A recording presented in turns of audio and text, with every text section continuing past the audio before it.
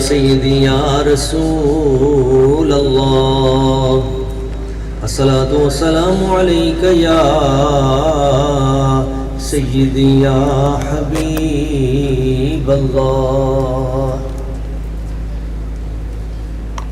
نہایت قابل احترام، قابل تکریم، عزت مآب جناب پروفیسر محمد ندیم ناز صاحب، principal the Punjab college of commerce, عزت مآب مکرم و محترم پروفیسر محمد سعید صاحب اور اس ادارہ کے جمیع اساتذہ کرام، عزیز طلباء و طالبات، اللہ کریم کی بارگاہ قدس میں دعا ہے وہ ذات لم یزل آج کی یہ خوبصورت عظیم الشان روحانی محفل میلاد مصطفیٰ صلی اللہ علیہ وآلہ وسلم بسلسلہ شان رحمت للعالمین اپنی بارگاہ اقدس میں قبول فرمائے۔ اللہ کریم اس ادارے کو بے پناہ ترقی اور عروج عطا فرمائے، اور یہاں پہ پڑھنے والے جمیع طلباء و طالبات کو اللہ پاک کی ذات و برکات ہر میدان میں کامیابی عطا فرمائے۔ میں نے قرآن مجید فرقان حمید کی ایک آیت کریمہ آپ کے سامنے تلاوت کرنے کا شرف حاصل کیا ہے، اس کی روشنی میں چند اہم باتیں آپ تک پہنچا کر پھر میں اپنی گفتگو سمیٹتا ہوں۔ بڑی توجہ کے ساتھ آپ نے اس گفتگو کو سننا ہے اور آگے پہنچانا ہے۔ ایک بار آواز بلند درود پاک پڑھ لیں۔ صلی اللہ علیہ یا رسول اللہ وسلم علیہ یا حبیب اللہ۔ نگاہ رحمت اٹھی ہوئی ہے وہ سب کی بگڑی بنا رہے ہیں۔ نگاہ رحمت اٹھی ہوئی ہے وہ سب کی بگڑی بنا رہے ہیں۔ کھلا ہوا ہے کریم کا در، بھرے خزانے لٹا رہے ہیں۔ فلک کا سینہ دمک رہا ہے، فلک کا سینہ دمک رہا ہے، زمین کا گلشن مہک رہا ہے۔ چھڑے ہیں صلی اللہ کے نغمے، حضور تشریف لا رہے ہیں۔ چھڑے ہیں صلی اللہ کے نغمے، حضور تشریف لا رہے ہیں۔ اور سیرت کا بڑا ہی خوبصورت شعر ہے، بہت لطف آئے گا اس شعر کو سن کر۔ نہ ان سا کوئی عظیم دیکھا، نہ ان سا کوئی عظیم دیکھا، نہ ایسا در یتیم دیکھا۔ زمانہ ٹھکرا رہا ہے جن کو، انہیں وہ سینے لگا رہے ہیں۔ نگاہ رحمت اٹھی ہوئی ہے وہ سب کی بگڑی بنا رہے ہیں۔ صحیح صاحب یہ شعر تو بہت ہی پیارا ہے، اگر کسی کو سمجھ میں آئے تو۔ بروز محشر بوقت پرسش، سوال و جواب کے بعد۔ بروز محشر بوقت پرسش، مجھے جو دیکھا فرشتے بولے، ادھر پریشان کیوں کھڑے ہو، تمہیں تو آقا بلا رہے ہیں۔ نعرہ تکبیر، نعرہ تکبیر، نعرہ رسالت، نعرہ رسالت، نعرہ حیدری، جشن عید میلاد النبی، قبلہ پروفیسر ڈاکٹر غلام محمد۔ بروز محشر بوقت پرسش، مجھے جو دیکھا فرشتے بولے، ادھر پریشان کیوں کھڑے ہو، تمہیں تو آقا بلا رہے ہیں۔ اور آخری شعر، نبی کی توصیف اللہ اللہ، نبی کی توصیف اللہ اللہ، کہ داد جبریل دے رہے ہیں۔ ظہوری کیا خوش نصیب ہیں جو نبی کی نعتیں سنا رہے ہیں، نبی کی نعتیں جو سن رہے ہیں، نبی کی نعتیں سنا رہے ہیں، ظہوری کیا خوش نصیب ہیں جو نبی کی محفل سجا رہے ہیں۔ ہمیشہ کی طرح اس سال بھی پنجاب کالج آف کامرس جو ہے اس نے میلاد مصطفیٰ صلی اللہ علیہ وآلہ وسلم کو بہت ہی احسن انداز میں منانے کی اس روایت کو تابندہ رکھا ہے۔ اللہ تعالیٰ اس کے صدقے ان کو بے پناہ عروج اور برکتیں عطا فرمائے۔ عزیز طلباء، میں نے قرآن مجید کی جو سورہ مبارکہ، جو آیت مبارکہ آپ کے سامنے تلاوت کی ہے، اس میں نبی پاک صلی اللہ علیہ وآلہ وسلم آپ کا ایک وصف بیان کیا گیا ہے، اسی پہ میں مختصر گفتگو کروں گا۔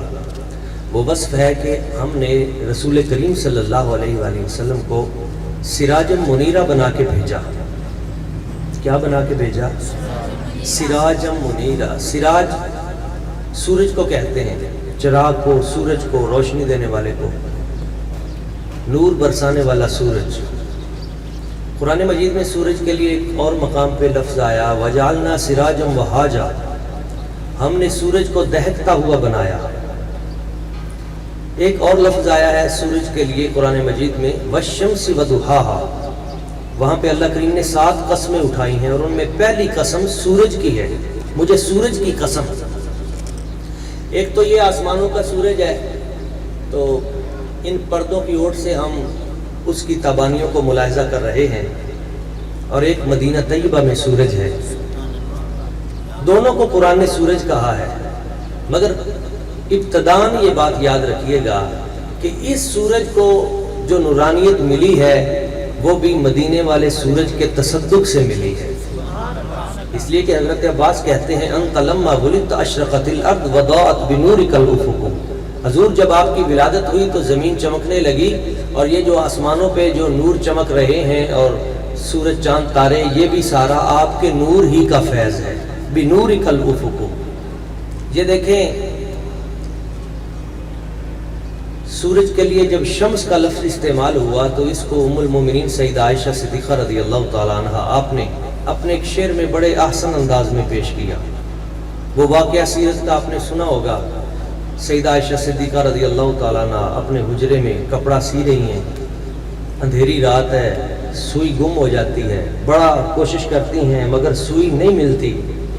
آپ بیان کرتی ہیں کہ چراغ گل ہو گیا تھا، کمرے میں اندھیرا تھا، فجاء رسول اللہ صلی اللہ علیہ وآلہ وسلم فی غرفتی، اچانک رسول پاک صلی اللہ علیہ وآلہ وسلم میرے کمرے میں داخل ہوئے، فتبینت العبرۃ بشعاع نور وجہ رسول اللہ صلی اللہ علیہ وسلم، تو حضور کے نور کے چہرہ مبارک کے نور کی روشنی میں میری گمشدہ سوئی چمکنے لگی۔ اب اگلی بات ہے جو اصل میں آپ فرماتی ہیں، میں نے وہ سوئی اٹھائی اور حضور کی بارگاہ میں عرض کی، حضور میرا دل کرتا ہے میں آپ کی نعت سناؤں۔ تو اللہ تعالیٰ نے انہیں شعر کا ملکہ بھی بہت زیادہ عطا کیا تھا، بہت بڑی شاعرہ تھی سیدہ عائشہ صدیقہ رضی اللہ تعالیٰ عنہ۔ آپ نے وہیں پہ فی البدی شعر کہا، وہ آپ کو سناتا ہوں۔ تو میں عربی کا ایک طالب علم ہوں، میرا یہ خیال ہے کہ آپ کو ترجمے کی ضرورت نہیں پڑے گی۔ شمس کا مطلب تو آپ کو پتہ ہے سورج ہے، اور آفاق کا مطلب آسمان ہے۔ اب کوشش میں کروں گا کہ آپ خود اس کا ترجمہ کریں۔ آپ عرض کرنے لگی، حضور لنا شمس وللآفاق شمس، لنا شمس ایک ہمارا سورج ہے، لنا شمس وللآفاق شمس، اور ایک آسمانوں کا سورج ہے، لنا شمس وللآفاق شمس وشمسی خیر من شمسی سمائی، وشمسی خیر من شمسی سمائی، اور جو میرا سورج ہے یعنی آپ، وہ آسمان کے سورج سے اعلیٰ ہے، وہ اس سے افضل والا ہے، بہتر ہے۔ فَإِنَّ الشَّمْسَ تَطْلُعُ بَعْدَ فَجْرٍ، حضور نے پوچھا کیوں اعلیٰ ہے، تو دلیل دی، فَإِنَّ الشَّمْسَ تَطْلُعُ بَعْدَ فَجْرٍ وَشَمْسِ تَطْلُعُ بَعْدَ الْعِشَاءِ، حضور یہ آسمان والا سورج جو ہے نا، یہ فجر کے بعد طلوع ہوتا ہے اور مغرب کے وقت غروب ہو جاتا ہے. جب یہ غروب ہو جاتا ہے اس وقت آمینہ کا لال طلوع ہو جاتا ہے.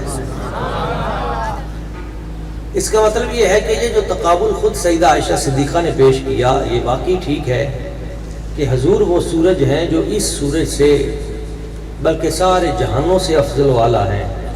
اچھا ایک بات یاد رکھیے گا، یہ جو سورج ہے نا یہ شام کو ڈوبتا نہیں ہے.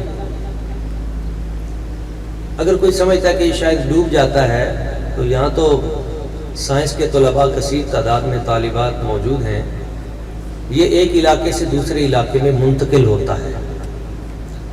جب اگلے علاقے میں چلا جاتا ہے تو ادھر رات ہو جاتی ہے، ادھر دن چڑھ جاتا ہے. سورج علاقہ بدلتا ہے، ایک علاقے سے دوسرے علاقے میں منتقل ہوتا ہے، اس کا فیض بند نہیں ہوتا، اس کا فیض جاری رہتا ہے. کیسے؟ دن کو وہ بلا واسطہ روشنی دے رہا ہے اور جب رات ہو جاتی ہے تو اس وقت وہ بالواسطہ چاند تاروں کے ذریعے روشنی دیتا ہے. سائنس یہ کہتی ہے کہ سورج کی روشنی اپنی ہے جبکہ چاند کی روشنی سورج سے اخذ کرتا ہے. چاند سورج سے روشنی لیتا ہے مگر سورج کی اپنی ہے. ہم کہتے ہیں نہیں، سورج کی بھی اپنی نہیں ہے، اسے بھی میرے رب نے عطا کی ہے. جب یہ اگلے علاقے میں منتقل ہو جاتا ہے تو پیچھے اپنے نائب چھوڑ جاتا ہے. چاند تارے وہ رات کو چمکاتے ہیں، وہ رات کو روشن رکھتے ہیں، رستوں کا پتہ بتاتے ہیں. بیائی نہیں، سورج جب علاقہ بدلے تو پیچھے اپنے نائب چھوڑ جاتا ہے. سورج کا فیض بند نہیں ہوتا، اس کی روشنی پھر بھی جاری رہتی ہے. مصطفیٰ کریم صلی اللہ علیہ وآلہ وسلم ہمارے نبی پاک، آپ نے بھی ایک علاقے سے دوسرے علاقے میں آپ منتقل ہوئے ہیں. حضور کا فیض اسی طرح قیامت تک جاری و ساری ہے. پہلے آپ کا فیض آپ کے آنے سے پہلے انبیاء کے توسل سے جاری تھا. جب حضور تشریف لے گئے تو حضور کے جانے کے بعد اولیاء و علماء کے توسل سے قیامت تک حضور کا فیض اسی طرح جاری ہے، بلکہ بالواسطہ اور بلا واسطہ دونوں طرح سے فیض جاری ہے. حضور فرماتے ہیں جب میں دنیا سے چلا جاؤں گا اپنی قبر میں تو حیاتی خیر لکم و مماتی خیر لکم، میری یہ زندگی بھی تمہارے لیے بہتر ہے اور میری جو وہ قبر والی زندگی وہ بھی تمہارے لیے بہتر ہے. خیر لکم، خیر میں تمہیں پھر بھی دیتا رہوں گا. کیسے؟ فرمایا تعرض علی اعمالکم، تمہارے اعمال مجھے دکھائے جائیں گے. جب میں تمہارے اعمال میں اچھی چیز دیکھوں گا تو حمدت اللہ کا شکر ادا کروں گا، اور اگر کوئی بری چیز دیکھوں گا تو پھر میں کیا کروں گا؟ تم سے منہ نہیں موڑوں گا. میں کیا کروں گا؟ فاستغفرت اللہ لکم، پھر میں تمہاری مغفرت کے لیے اپنی قبر میں دعا شروع کر دوں گا. تو حضور کی دعائیں آج بھی امت کے لیے جاری ہیں. یہ یاد رکھیے، یہ جو سورج ہے نا، یہ اس کو اللہ نے یہ قوت و طاقت عطا کی ہے.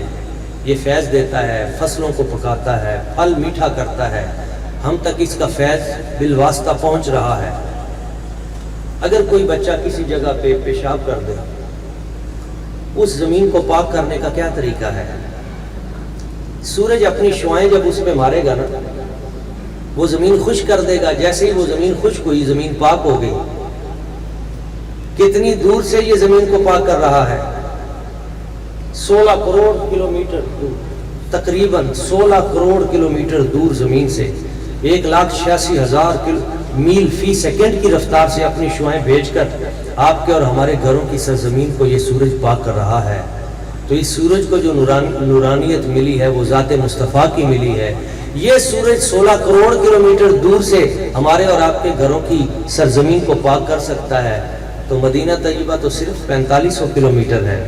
حضور نگاہ کرم فرما کے ہمارے دلوں کی سرزمین کو کیوں نہیں پاک کر سکتا؟ یہ یاد رکھیے کہ سورج کا مقصد پاک کرنا ہے ہی نہیں. سورج مقصد تخلیق شمس کیا ہے؟ سورج کو رب نے کیوں بنایا ہے؟ روشنی دینے کے لیے، حرارت دینے کے لیے. مگر نبی پاک صلی اللہ علیہ وآلہ وسلم کو کیوں بھیجا ہے؟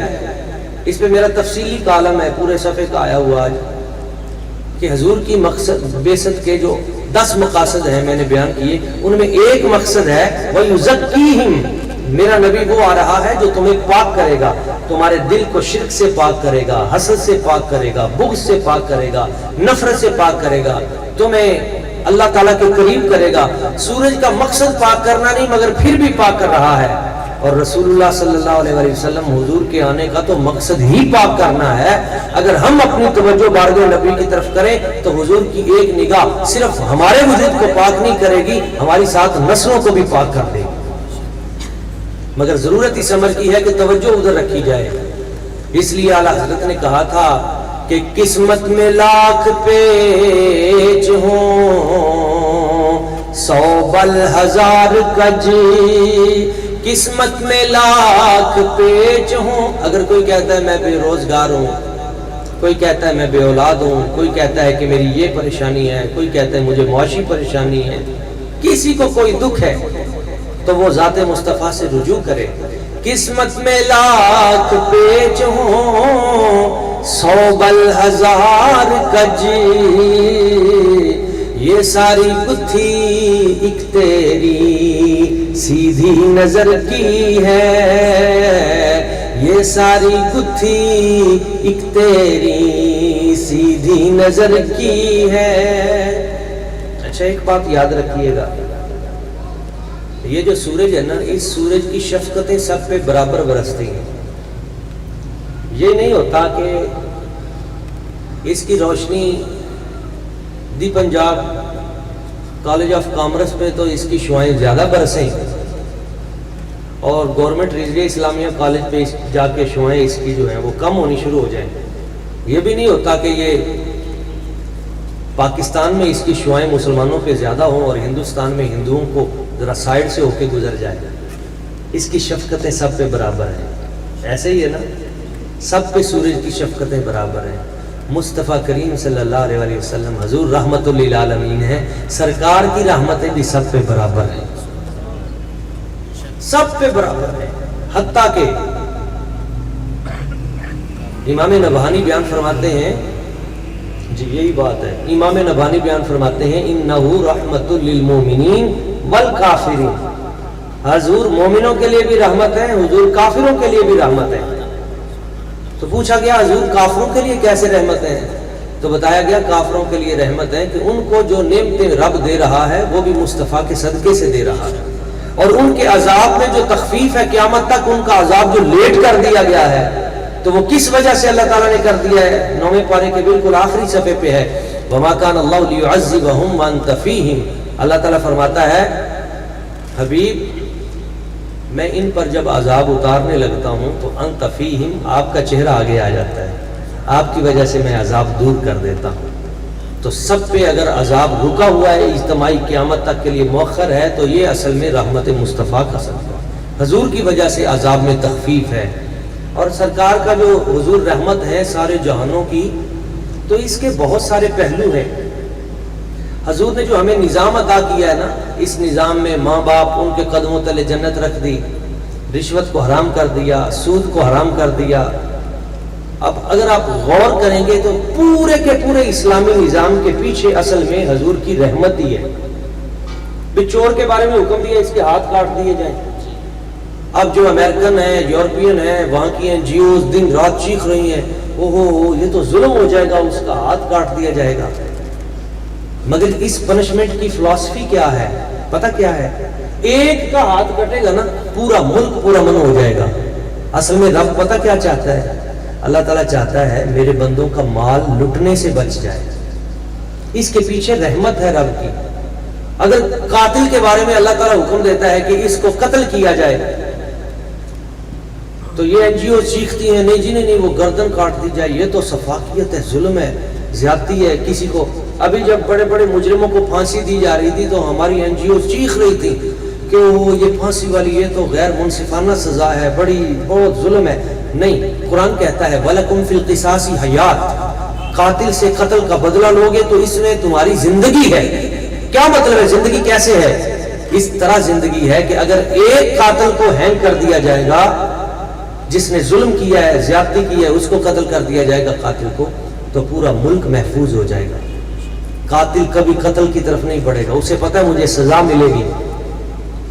مگر جب کوئی خوف نہ ہو اور پتہ ہو کہ میں نے چھوٹ ہی جانا ہے تو پھر ظلم بڑھتا ہے، چوری بڑھتی ہے. اسلامی سزائیں جتنی ہیں ان کے پیچھے یہ ہے کہ بندوں کا بھلا ہو. دیکھیں کوئی پاک دامن عورت ہے، اس کے اوپر کوئی الزام لگا دے برائی کا اسلام کیا کہتا ہے؟ اس کو 80 کوڑے مارے جائیں. اب وہ کہتے ہیں وہ کتنا بڑا ظلم کر دیا جی، کوڑے مارے جا رہے ہیں اسلام میں، یہ تو بڑی زیادتی ہے. بھئی بے وقوفو، ایک عورت کی عزت کو بچانے کے لیے جب ایک کو کوڑے بچیں گے تو پورے ملک کی عورتوں کی عزت محفوظ ہو جائے گی، کوئی کسی پہ الزام نہیں لگائے گا. اسلام کی ان تمام چیزوں کے پیچھے یہ راز ہے کہ لوگوں کی عزتیں محفوظ ہو جائیں، لوگوں کا مال محفوظ ہو جائے، لوگوں کی جان محفوظ ہو جائے. جان، مال، عزت، آبرو، اس کے لیے یہ سارے کا سارا پروگرام ہے. میرا ایک قبلہ ندیم راز صاحب ایک پروگرام چل رہا تھا جیو پہ، تو ایک انہی این جی اوز کی طرف سے محترمہ، وہ باہر سے مطلب آپ کو پتہ ہے یہ پروموٹڈ لوگ ہوتے ہیں، تو ہمارا وہ پروگرام تھا تو اس میں ہم نے اسلام کی وکالت کرتے ہوئے اپنا مقدمہ پیش کیا کہ اللہ نے اسلام میں عورتوں کو بڑی عزت دی ہے، بڑی برکت دی ہے.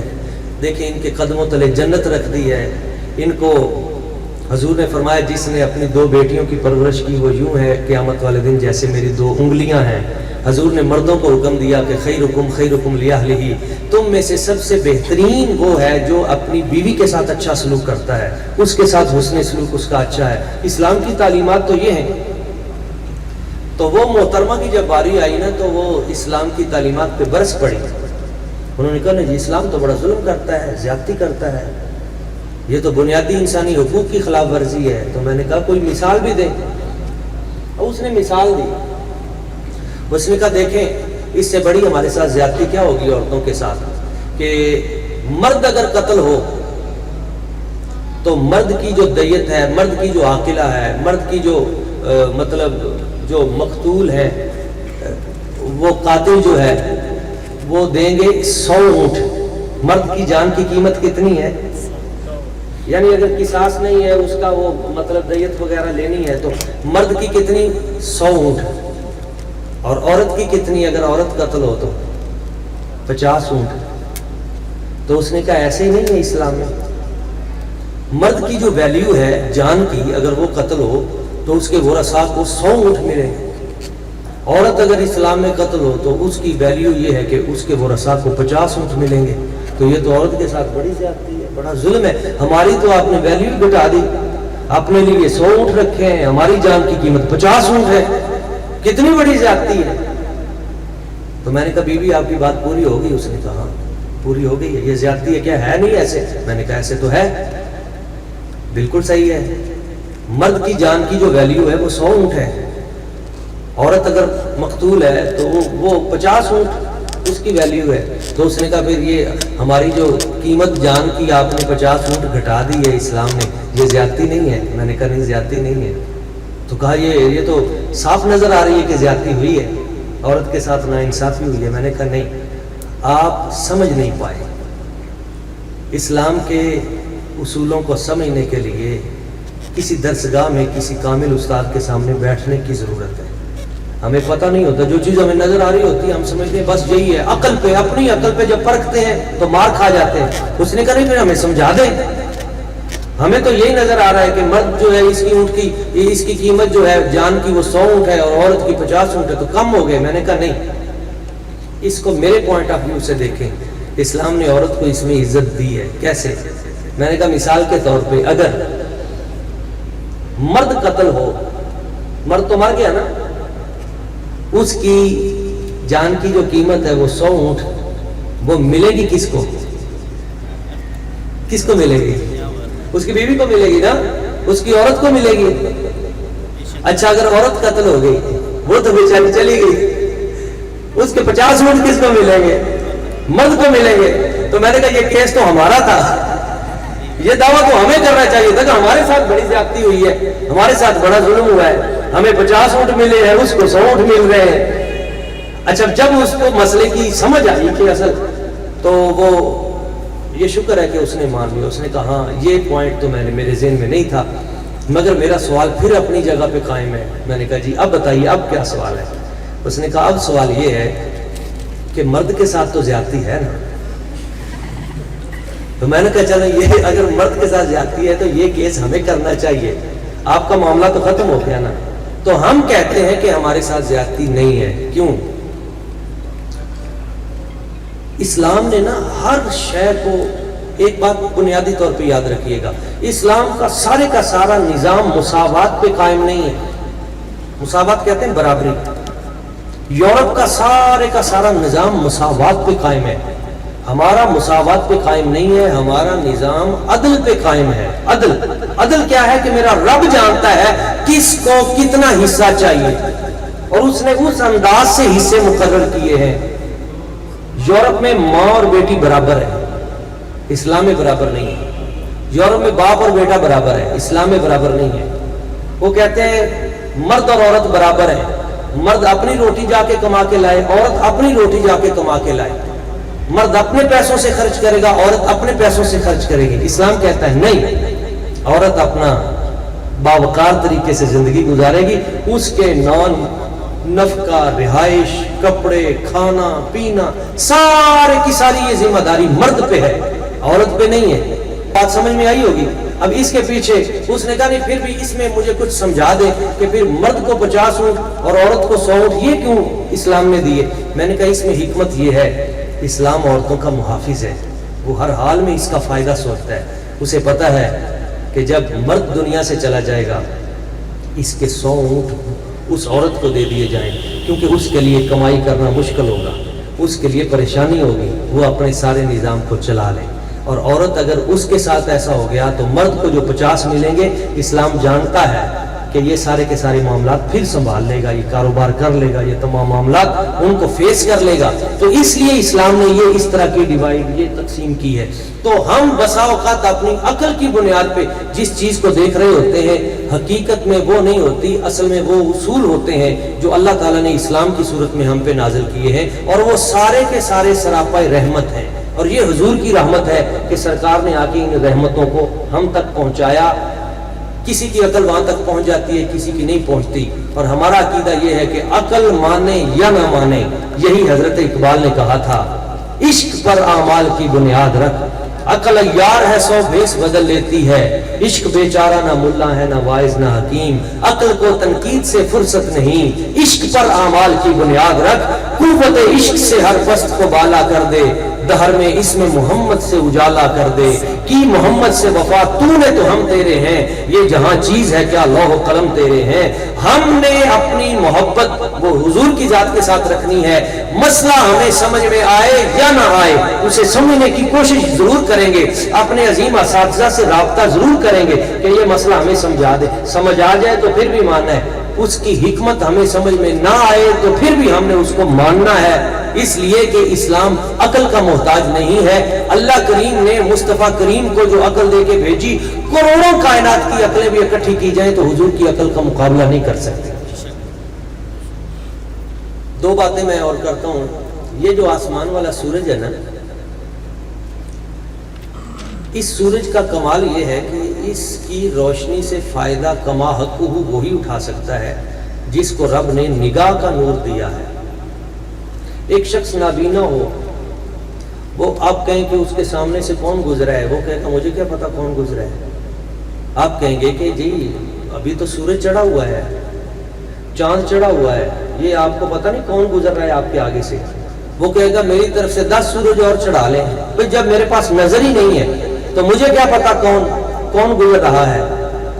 اس سورج کو دیکھنے کے لیے، سمجھنے کے لیے، رستوں کو متعین کرنے کے لیے اس نور کی ضرورت ہے، آنکھ والے نور کی۔ اسی طرح نورانیت مصطفیٰ اور علم مصطفیٰ اور مقام مصطفیٰ اور شان مصطفیٰ سمجھنے کے لیے بھی ایک نور کی ضرورت ہے جسے ہم نور ایمان کہتے ہیں، وہ ہمارے سینے میں موجود ہوتا ہے۔ وہ نور ایمان جس کے سینے میں موجود ہے، یہ شان اور یہ معرفت اسی کو ظاہر ہوگی، اور جس کے دل میں نبی پاک صلی اللہ علیہ وسلم کی محبت نہیں ہے، بغض ہے، دوری ہے، اسے کبھی معرفت مصطفیٰ نصیب نہیں ہوگی۔ میں اس کی مثال دیتا ہوں کہ وہ ام جمیل تھی، ابو لہب کی بیوی، حضور کے راستے میں وہ کانٹے بچھاتے تھے، بغض میں آ کے کانٹے بچھاتے تھے، جو کانٹا بھی حضور کے قدموں سے لگتا وہ پھول بن جاتا۔ اچھا وہ اپنا بغض دکھاتی رہی، اللہ تعالیٰ نے فرمایا اس عورت کو میں نہیں چھوڑوں گا، یہ میرے نبی کے راستے میں کانٹے بچھاتی ہے تو میں اس کے گلے میں رسی ڈال کے اسے دوزخ میں لٹکاؤں گا۔ اس عورت نے جب یہ سنا نا تو بڑے غصے میں آئی، بڑے غصے میں اس نے پتھر اٹھایا، میرے بارے میں قرآن کی آیتیں اتری ہیں، میں نے حضور سے بدلہ لینا ہے، میرے خلاف یہ کہا گیا مجھے دوزخ میں پھینکا جائے گا، میرے گلے میں رسی ڈالی جائے گی۔ تو غصے میں اس نے پتھر اٹھایا اور سین حرم کی طرف بھاگتی ہوئی آئی۔ اس کو پتا چلا کہ حضور خانہ کعبہ کے قریب کھڑے ہیں، ساتھ ابو بکر صدیق کھڑے ہیں، تو یہ دوڑتی ہوئی آئی۔ حضرت صدیق اکبر نے دیکھ لیا دور سے کہ عورت آ رہی ہے اور بڑے غصے میں آ رہی ہے ام جمیل، اور پتھر ہاتھ میں ہے، تیزی سے آ رہی ہے، اس کے چہرے سے غصہ ٹپک رہا ہے۔ تو عرض کی حضور بی بی بڑے غصے میں ہے، اور غصے میں بھی پتہ بھی نہیں چلتا، تو بیویوں کو تو خاص طور پہ نہیں چلتا۔ تو اس لیے حضور نے فرمایا کہ تم اپنے غصے کو کنٹرول میں رکھو۔ یہ جو اب آپ دیکھیں گے نا، یورپ میں یہ بھی ہے کہ عورت کو حق طلاق حاصل ہے، اس لیے جب آپ آل اوور دا ورلڈ جب ریشو دیکھیں گے تو سب سے زیادہ جو مرد مطلقہ ہے وہ یورپ کے ہی ہے، جبکہ اسلام نے اس کو مرد کے ہاتھ میں رکھا۔ قرآن مجید میں نا وَبِيَدِهِ عُقْدَةُ النِّكَاحِ، نکاح کی گانٹھ مرد کے ہاتھ میں ہے، اس لیے کچھ گھر بچے ہوئے ہیں۔ ہاں اچھا، وہ جب تیزی سے دوڑتی ہوئی آئی، وہ پتھر اٹھا کے سامنے جب، تو حضرت صدیق اکبر نے عرض کیا حضور یہ بڑے غصے میں آ رہی ہے، اسے سمجھ نہیں آنی، تو ایسے آپ کو تکلیف نہ دے، اس نے وہ آیتیں سن لی ہیں، بدلہ لینے کے لیے آ رہی ہے، ایسے مار نہ دے، آپ مہربانی کریں سائیڈ پہ ہو جائیں۔ تو آپ علیہ السلام نے فرمایا پریشان نہیں ہونا ابو بکر، پریشان نہیں ہونا، انہا لن ترانی، یہ مجھے دیکھ نہیں سکے گی، نہیں دیکھ سکے گی۔ وہ سیدھی آئی حضرت ابو بکر صدیق کے پاس اور آ کے کہنے لگی این صاحبک، وہ تیرے دوست کہاں ہیں جن کا تو کلمہ پڑھتا ہے، میں نے ان سے حساب لینا ہے۔ اب حضور ساتھ کھڑے تھے، کہاں گئے حضور؟ میں نے بدلہ لینا ہے، میں یہ پتھر لے کے آئی ہوں۔ حضرت ابو بکر صدیق آپ نے فرمایا اچھا تجھے کیا اطلاع ملی تھی؟ اس نے کہا مجھے پتا چلا ہے کہ وہ تیرے ساتھ یہاں کھڑے ہیں، تو میں جب آئی ہوں تو وہ نکل گئے ہیں۔ کہاں گئے ہیں، کس طرف گئے ہیں، مجھے بتاؤ۔ تو آپ نے فرمایا اچھا تجھے پھر وہ نظر نہیں آئے کہ وہ کدھر گئے ہیں؟ اس نے کہا نہیں مجھے تو نہیں نظر آئے، حضور تو ادھر ہی کھڑے تھے۔ تو فرمایا بی بی پھر حضور کو دیکھنا ہے تو پہلے صدیق اکبر والی آنکھ لے کے آؤ۔ قرآن کہتا ہے تراہم ینظرون الیک، حبیب یہ تیری طرف دیکھتے تو ہیں پر تجھے دیکھ نہیں سکتے۔ تو ذات مصطفیٰ کی جو حقیقی معراج اور سرکار کی حقیقی شان، یہ اسی کو نظر آتی ہے جس کو اللہ نے نور ایمان عطا کیا ہے۔ ہم خوش نصیب ہیں، ہم بڑے خوش نصیب ہیں، اور ہم کروڑ بار بھی رب کا شکر ادا کریں۔ یہ پروگرام جو ہم کرتے ہیں نا، یہ اسی شکریہ کے لیے کرتے ہیں۔ یا اللہ تیرا شکر ہے، تو نے ہمیں حضور کا امتی بنایا، تیرا کروڑ ہا شکر ہے یا اللہ۔ ہم کسی اس طرف والے بارڈر پار ان کے ہاں پیدا ہو جاتے تو ہمارا تو اس میں کوئی مطلب، ہم اگر کسی اسرائیلی کے گھر میں پیدا ہو جاتے تو کس کو دوست دیتے؟ یہ اللہ کا شکر اور کرم ہے، یا اللہ تو نے ہمیں اپنے حبیب کی امت میں پیدا کیا۔ اور یہ وہ سعادت ہے کہ جد الانبیاء حضرت ابراہیم علیہ السلام بھی قیامت والے دن حضور سے آ کے کہیں گے فجعلنی من امتک، حضور مجھے اپنا امتی بنا دے۔ اتنی بڑی سعادت بن مانگے رب نے ہمیں عطا کر دی، اور اس سعادت پہ ہمیں فخر کرنا چاہیے۔ یاد رکھیں فخر کرنا جائز نہیں ہے، اپنے علم پہ فخر کرنا، اپنے عہدہ و منصب پہ فخر کرنا، اپنی گاڑی اور بنگلہ پہ فخر کرنا، اپنے حسن و جمال پہ فخر کرنا، اپنے حسب نسب پہ فخر کرنا، یہ اسلام میں منع ہے۔ مگر غلامی مصطفیٰ کی نسبت پہ فخر کرنا کہ ہم مصطفیٰ کی امتی ہیں، یہ مصطفیٰ کی امت پہ فرض ہے۔ اگر حضور نہ ہوتے، یہ غلامی نہ ہوتی، تو پھر ہمارے پلے ہے کیا؟ ہماری شکلیں بچی ہوئی ہیں تو اسی رحمت کے صدقے بچی ہوئی، اور یہی قیامت والے دن ہمارے کام آنا ہے، قبر میں حشر میں یہی نسبت کام آنی ہے۔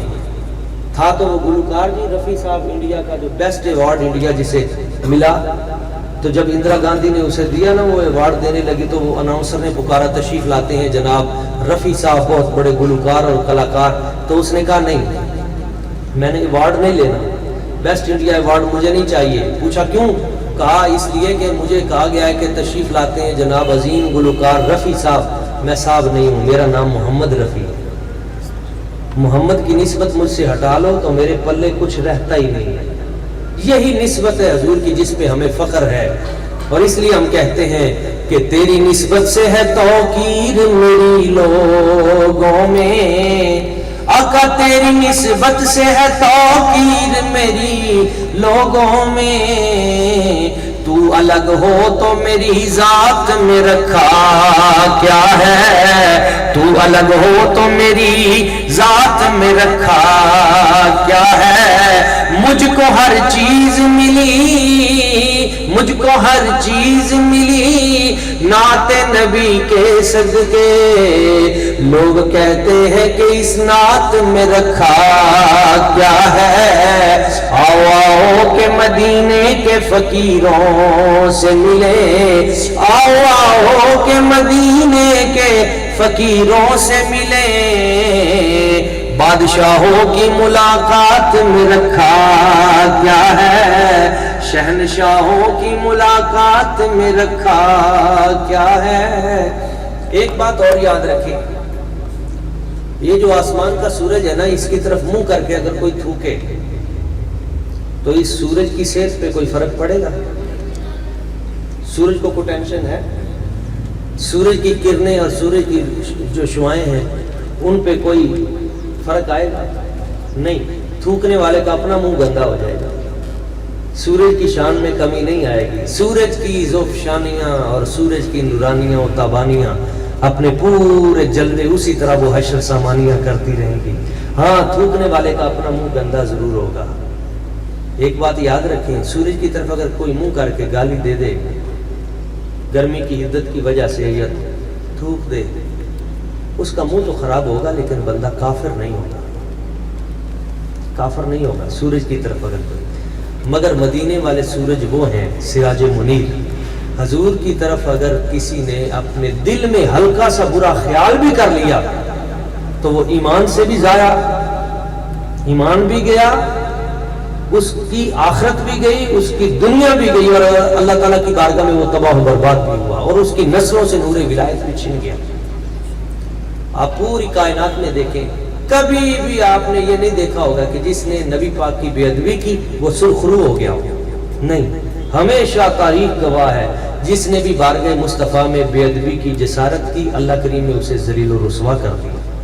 قرآن مجید میں وعدہ ہے، اِنَّا كَفَيْنَاكَ الْمُسْتَهْزِئِينَ، ابھی ہم آپ کے دشمنوں سے نمٹیں گے، ہم انہیں نمونہ عبرت بنائیں گے۔ ابھی یہ سویڈن میں جس نے گستاخی کی تو اللہ تعالیٰ نے اسے اس طرح جلا کے مارا کہ اس کی شکل بھی پہچاننے کے قابل نہیں تھی۔ ہاں، اعلیٰ حضرت نے کہا تھا، مٹ گئے مٹتے ہیں مٹ جائیں گے دشمن تیرے، مٹ گئے مٹتے ہیں مٹ جائیں گے اعداء تیرے، نہ مٹا ہے نہ مٹے گا کبھی چرچا تیرا، نہ مٹا ہے نہ مٹے گا کبھی چرچا۔ حضور کا ذکر تو بڑھتا رہے گا، کیوں؟ اس لیے کہ قرآن میں وعدہ ہے، وَرَفَعْنَا لَكَ ذِكْرَكَ، حبیب ہم آپ کا ذکر بڑھاتے جائیں گے، بڑھاتے جائیں گے، شان بڑھتی جائے گی۔ ابھی 2 سال پہلے ہمیں حکم آیا تھا اوپر سے کہ آپ اپنے کالج یونیورسٹیز میں نا ایک دن محفل میلاد کروائیں۔ پچھلے سال ہمیں حکم آیا نہیں جی پورا ہفتہ شان رحمت للعالمین حضور کی شانیں بیان کریں۔ اس سال ابھی پرسوں ہمارا کالج کا بہت بڑا تاریخی محفل میلاد وہاں ہوئی، تو اس مرتبہ ہمیں حکم آیا کہ ہفتہ نہیں پورا عشرہ 10 دن حضور کا ذکر کریں۔ اور جیسے ہی وہ ہم پروگرام کر کے نکلے تو مجھے ڈاکٹر صاحب کہنے لگے جی ایک نیا لیٹر، ہم 20 دن روزانہ حضور کا ذکر بیان کریں گے، حضور کی شانیں بڑھتی جائیں گی۔ ضرورت اس امر کی ہے کہ ہم اس لائن میں کھڑے ہو جائیں جو حضور کی شان بڑھانے والوں کی لائن ہے۔ شان تو رب نے بڑھانی ہے، ہم اس طبقے میں اس لائن میں شامل ہو جائیں، اللہ جن سے اپنے حبیب کی رفت کا کام لے رہا ہے۔ آخری بات میں کرنا چاہتا ہوں، یہ جو آسمان والا سورج ہے نا، اس سورج سے کما حق ہو فائدہ وہی اٹھا سکتا ہے جس کا دل جو ہے وہ پاک صاف ہے۔ یہ جو آسمان والا سورج ہے، اس سے کما حق ہو وہی زمین فائدہ اٹھا سکتی ہے جو زمین پاک صاف ہے۔ ٹھیک ہے، مثلا یہ جو زمینیں ہیں یہاں پہ آپ دیکھیں گے فصلیں ہوتی ہیں، مگر ایک ساتھ ہی 1 ایکڑ ہے، وہاں پہ کلر ہے، سیم ہے، شور ہے، بنجر زمین ہے، وہاں پہ فصل نہیں ہوتی، آپ جتنی مرضی کھاد ڈال لیں. ابھی ہم بھاول نگر کی طرف جاتے ہیں نا تو رستے میں گجینی جو ہے اس کے ساتھ آگے ڈھابا کا علاقہ ہے، تو ادھر بھی پانی کھڑا ہے ادھر بھی پانی کھڑا ہے، بنجر زمین ہے. شکیل صاحب زیادہ بہتر جانتے ہیں. تو اب دیکھیں اس طرف کا جو ایریا ہے وہاں پہ فصلیں بہت اچھی ہیں، مگر وہاں پہ جا کے وہاں نہیں ہے.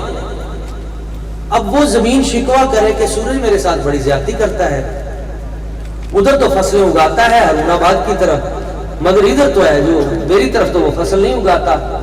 تو عقل مند بندہ کہے گا زمین نہیں، یہ سورج کا گناہ نہیں ہے، سورج کا قصور نہیں ہے، سورج کی تو شفقتیں سب پہ برابر ہے، اس کی شعائیں تو تجھ پہ بھی پڑ رہی ہیں ادھر بھی پڑ رہی ہیں، یہ قصور زمین تیرا اپنا ہے.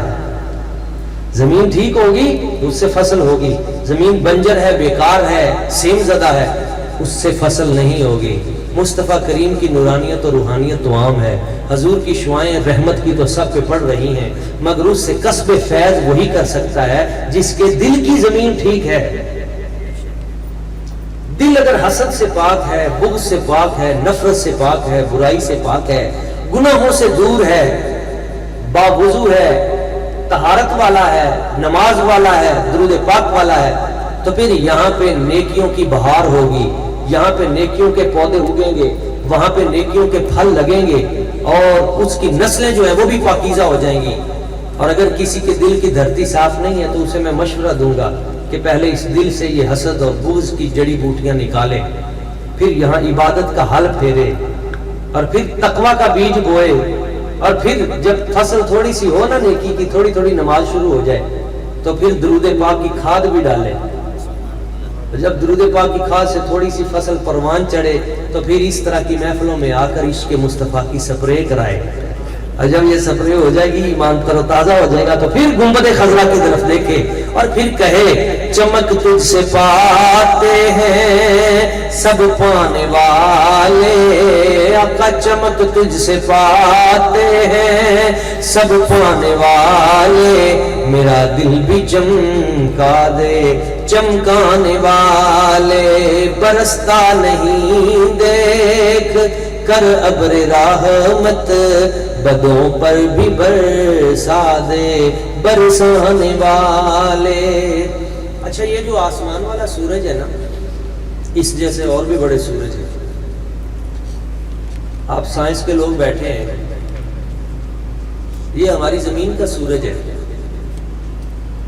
دیگر جو سیارے ہیں اپنے اپنے الگ الگ سورج ہیں. جس ملکی وے میں ہم رہ رہے ہیں، یہ جو پورا ایک نظام شمسی ہے ہمارے والا، اس ملکی وے میں پتہ کتنے سورج ہیں؟ تقریباً 4 ارب سورج موجود ہیں. کتنے اس میں؟ کم از کم 4 ارب سورج اس میں موجود ہیں. تو کہکشائیں کتنی ہیں؟ دنیا کا کوئی سائنسدان اس کا تصور بھی نہیں کر سکا. وہ کہتے ہیں خرب ہیں، ارب ہیں، خرب خرب ہیں. ہمیں کوئی اندازہ ہی نہیں ہے کہ اس جہان میں رب نے کتنی کہکشائیں بنائی ہیں، پھر ان کے کلسٹر کتنے ہیں، ان کے کتنے کہکشاؤں کے جھنڈ ہیں، اور ہر کہکشاں کے پیچھے ایک تو ادھر کہکشاں لگی ہوئی ہے.